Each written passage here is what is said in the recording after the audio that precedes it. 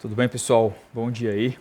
Pessoal, esse vídeo aqui tá é para a gente dar sequência aí ao nosso estudo a respeito dos fatores, né, que acabaram levando à Primeira Guerra Mundial, tá? E dentre esses fatores, a gente não pode se esquecer também da unificação da Alemanha, certo? Um fator muito importante aí e que a gente vai tratar aqui um pouquinho com vocês, tá, pessoal? Então vamos na sequência aí.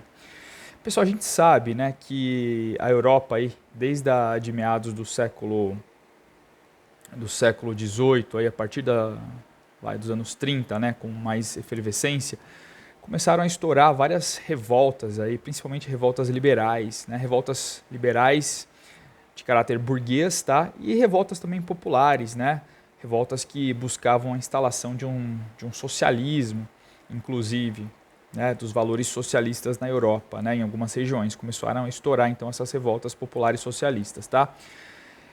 Bom, e a unificação da Alemanha ela está no meio, então acontece, né?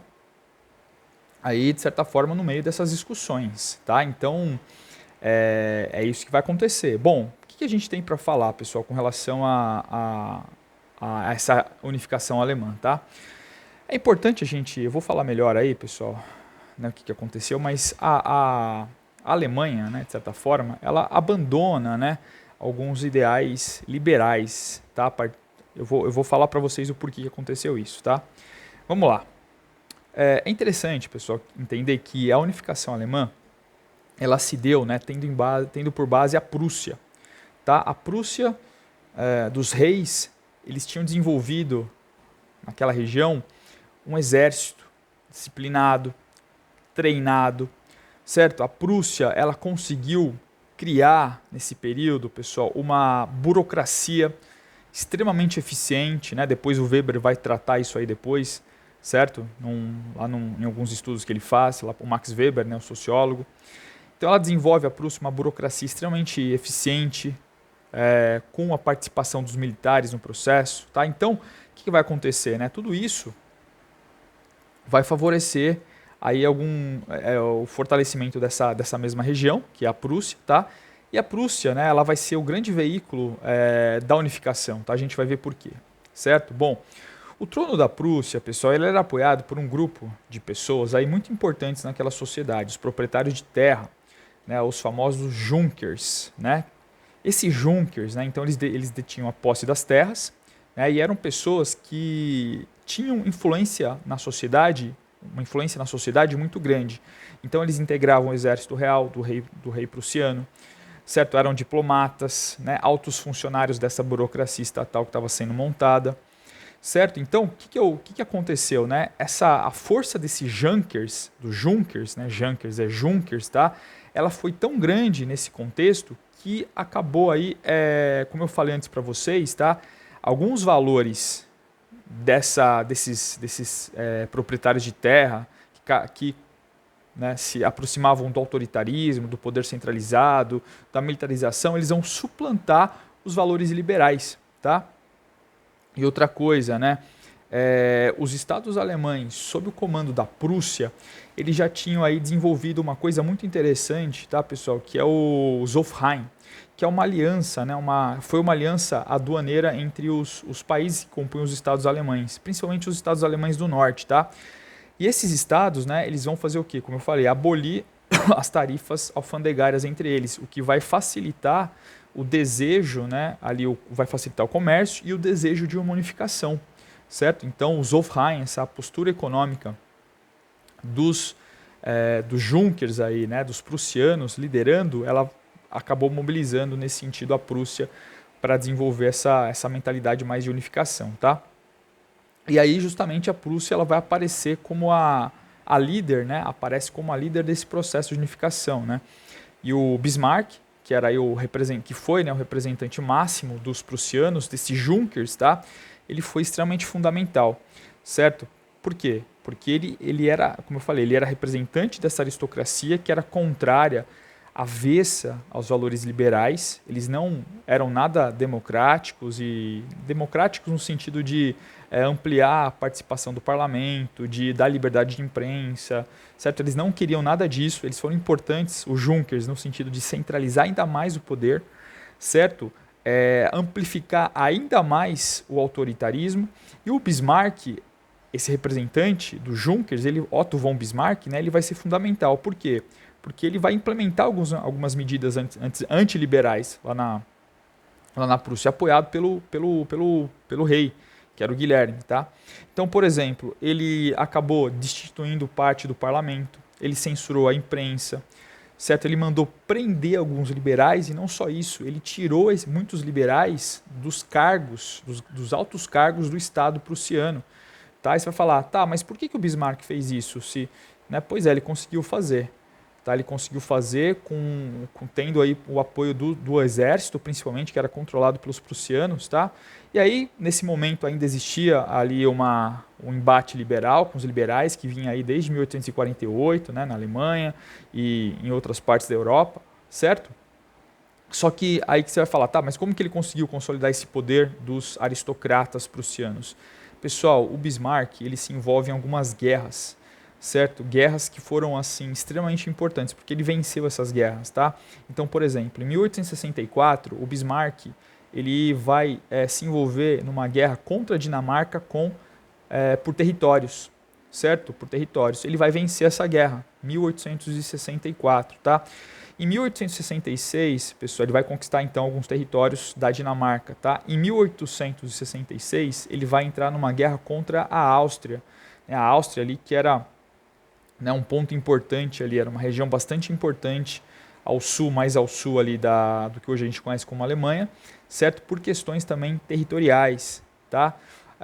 Então ele vai dar um cala-boca na Áustria, né? A Áustria que, de certa forma, para os austríacos não era importante ali a unificação, porque eles queriam, né, de certa forma, manter a influência naquela parte alemã, e com a unificação eles perderiam um pouco o seu poder, tá? Então, para os austríacos não era interessante não. Mas, enfim, a Prússia conseguiu se suplantar com relação à Áustria, ela conseguiu, então, submeter a Áustria, certo? E aí que tá, né? Você está vendo, né? Vocês estão vendo aí os ideais expansionistas do Bismarck, apoiados pela classe lá dos Junkers, que eu falei para vocês, né? Representando os Junkers, os proprietários, o autoritarismo, o centralismo. Ele, por conta dessas guerras, né? Por mais que houvesse ali uma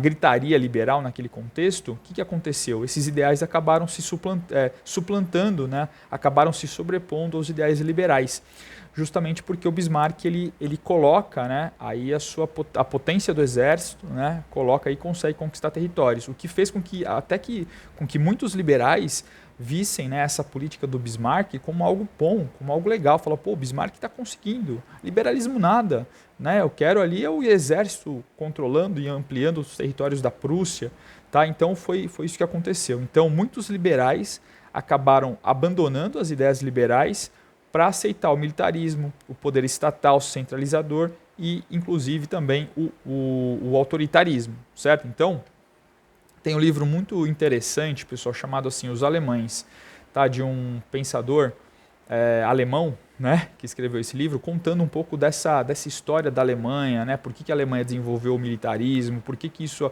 acabou se sobrepondo aos valores liberais. É muito interessante, depois eu vou trazer esse vídeo para vocês numa outra oportunidade, tá?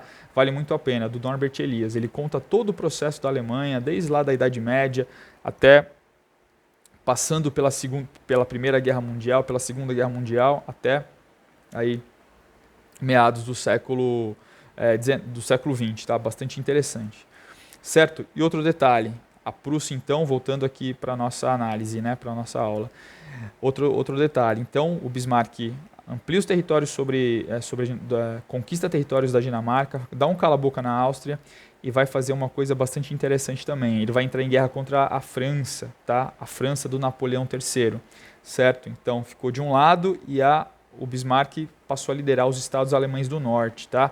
Detalhe, nesse momento ele está liderando os estados mais ao norte, certo? Que acabaram apoiando o Bismarck no processo. Os estados do sul acabaram, nesse primeiro momento, ficando avessos a esse processo. Essa guerra contra a França, ela vai concluir a unificação e os estados do norte vão se unir com os estados do sul. Isso é muito interessante, muito bacana de entender, tá? E aí, depois desse embate aí, que acabou pendendo, né, para o lado dos prussianos, certo? Dos alemães, os estados do norte da Alemanha, certo? Paris vai se render em janeiro de 1871, tá? E que, além de ter que pagar uma indenização exorbitante, né, assombrosa para os alemães do norte, certo? Ainda perdeu a região da Alsácia e Lorena, né? Uma região ali bastante importante, né? Rica em ferro, rica em carvão mineral também, certo? Inclusive isso vai ser uma das justificativas da França, né? Para a França entrar em guerra contra a Alemanha durante a Primeira Guerra Mundial, certo? Então, pessoal, a guerra franco-prussiana que aconteceu, né? Em 1871, qual que foi a grande... Né, ela unificou, ela completou o processo de unificação alemã, tá? E esse processo, para vocês verem, foi tão humilhante para os franceses que o rei, né, o Guilherme I, ele foi consagrado imperador dessa nova Alemanha que estava surgindo no Palácio de Versalhes, para humilhação dos franceses, né? Então ele foi coroado Kaiser, né, no Palácio de Versalhes. Vejam só que humilhação para os franceses, certo, pessoal? Os franceses não gostaram nada disso aí, tá? Então, pessoal, o que vai acontecer, né? Uma nação poderosa havia surgido naquele cenário, né? Uma nação com um povo bastante educado, disciplinado, eficiente, certo? Uma indústria e comércio pujante, né? Estavam se expandindo aí rapidamente. Veja aquele vídeo que eu fiz a respeito do desenvolvimento do liberalismo na Europa. Isso, né, a Alemanha não podia ficar fora disso. Então a indústria estava crescendo, o comércio estava crescendo, não só na Europa, não só na Alemanha, mas também em toda a Europa, certo? E aí esse novo império, né, essa Alemanha, né, novíssima que acaba surgindo, ávida do quê? De poder e de fazer o quê, pessoal? Participar dos assuntos internacionais, né? Até então aí sendo relegados, né, deixados de lado, né? Por quê? Porque não eram unificados, tá? Então, pessoal, qual foi a consequência maior, né? A consequência maior nesse sentido foi que a Alemanha, certo? Dominada aí, né, liderada pela Prússia, ela perturbou um equilíbrio de poder, né, de certa forma na Europa, que vinha se estabelecendo desde o Congresso de Viena, lá de 1815. Então a Europa estava meio estabilizada. A balança pendeu para a Alemanha nesse contexto, tá? Por conta desse fortalecimento da Alemanha, certo? E a balança ter pendido para o lado dos alemães gerou justamente o quê, né? Tensões, aumentou as tensões e as rivalidades, né? Que iriam culminar lá na frente em 1914, né? Com a deflagração da Primeira Guerra Mundial. Tudo bem, pessoal? Então esse vídeo aí foi para falar um pouquinho desse processo, né? Que tem a Alemanha como o protagonista, né? O surgimento dessa nova Alemanha, tá? Os alemães, né? Então é isso, beleza, pessoal? Obrigado aí por ter visto o vídeo, tá? Se você gostou, dá aquele joinha maroto, beleza? E se inscreve no canal para dar aquela fortalecida e a gente conseguir fazer mais vídeos para vocês aí, tá bom, pessoal? Um grande abraço, muito obrigado, a gente se vê. Tchau, tchau.